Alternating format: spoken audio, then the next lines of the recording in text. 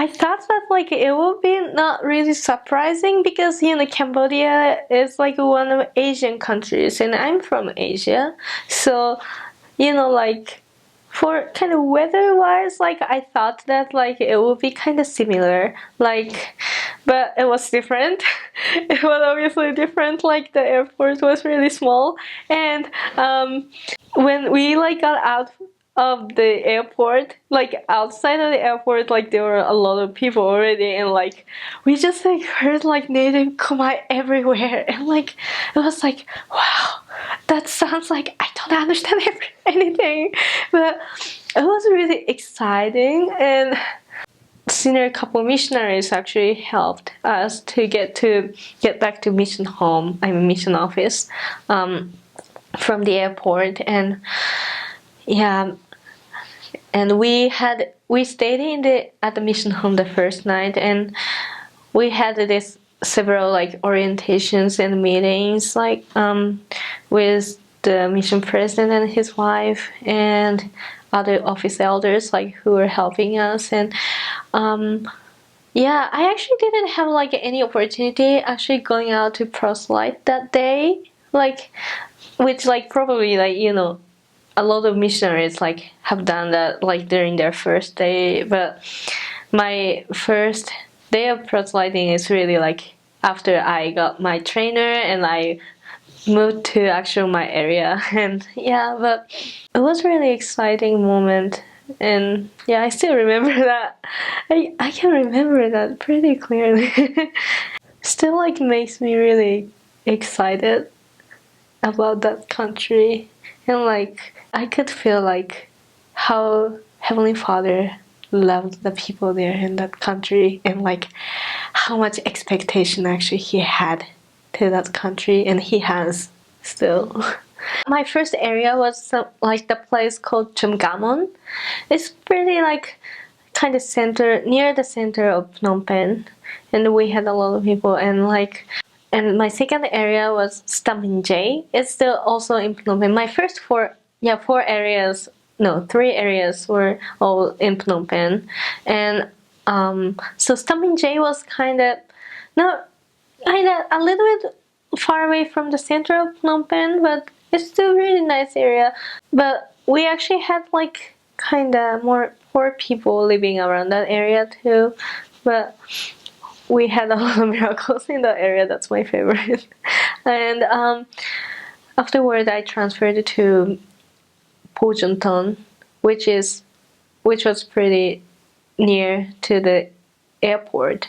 Like actually, the airport like itself was in our area, so like the area was really huge. And like, but we didn't have a lot of missionaries like serving at one time, so like we were just like biking around. Then like afterward, I transferred to Battambon, which is like one of the province areas in our missions, and I spent there my mission, like 6 months of my mission there. And I heard a lot of like great things about that area. Like the members were really strong, and they had a lot of investigators there too, and they're like progressing a lot. And I really enjoyed serving that area too. And we didn't have any stoplight in that area, by the way.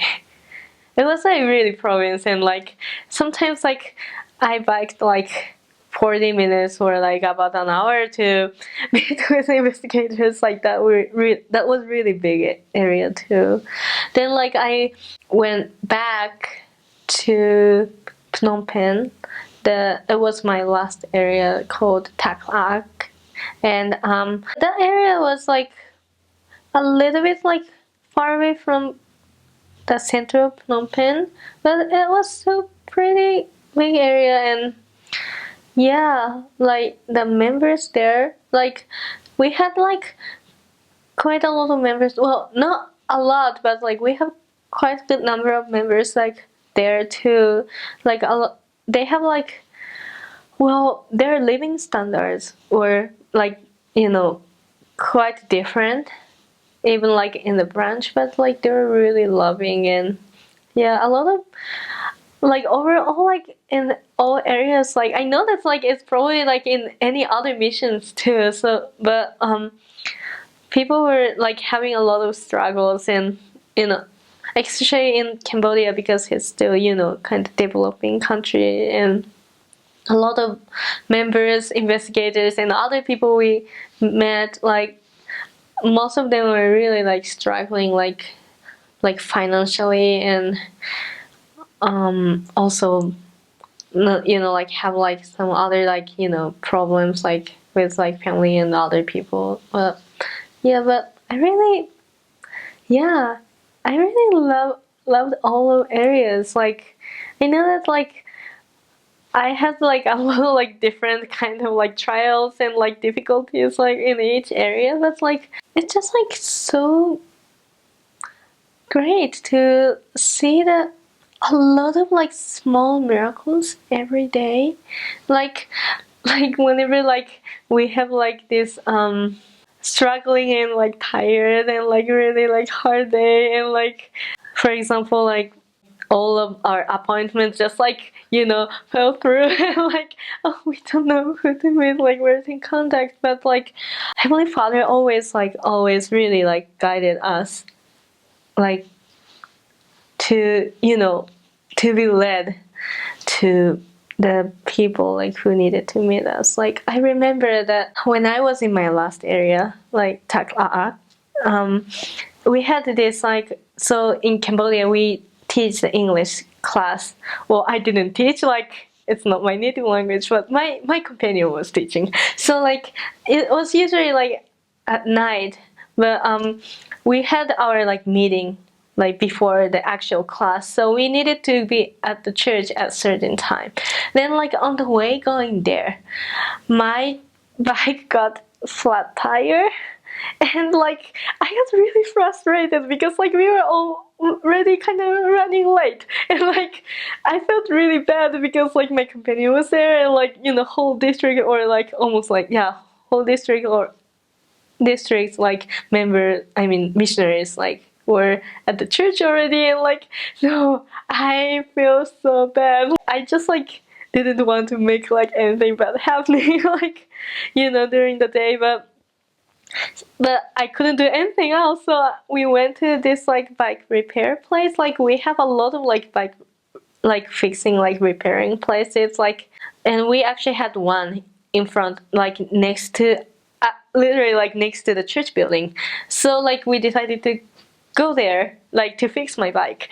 So we went there, and like I was still kind of feeling really frustrated. Like I felt like, I'm so sorry, sister, like it shouldn't be this way, like I wasn't planning this happening. But while this like my bike got fixed, this one schoolgirl, I think she was a college girl, like stopped by to put air in her tire. So we decided to contact to her. But well, when I was about like talking to her, she actually talked to us, and like she said like, "Hi, how are you doing?" So like we started kind of having conversations, and and we introduced ourselves like, that's like, yeah, we are missionaries like from the church actually next there, like over there, like have you seen that like big like white building, like yeah, we are from that church, like have you so have you seen it? And like she said like, oh, you two are from that building, like that church, like I'm actually like I've seen that people like kind of gathering and having some activities like there several times, and like I always like wanted to be in that building, and but I didn't know how to get in there, and like, wow, sure, like you can come with us.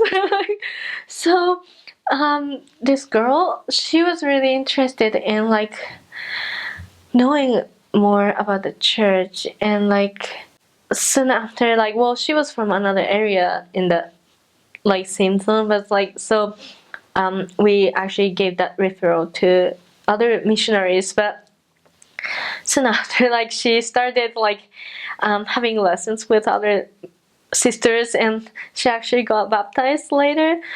And like I was just like so amazed, like, well, that day, like, you know, since that day, that's like how Heavenly Father actually like made my weakness and like, you know, my kind of struggle like to actually the miracle, and like my companion and I were like meant to be there at the time, like on that day, like, and like that's why we had my like my back tire like flat and like it was like really kind of frustrating, and like at the same time it's really kind of miserable like at first, but it really turned to be a great like experience and a great opportunity to see like how really like God like does his work.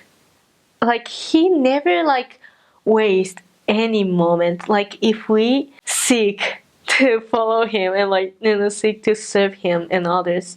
That's like one of the experiences like I remember about, just like how he led us and how he led me, and like he used me like such me and like yeah.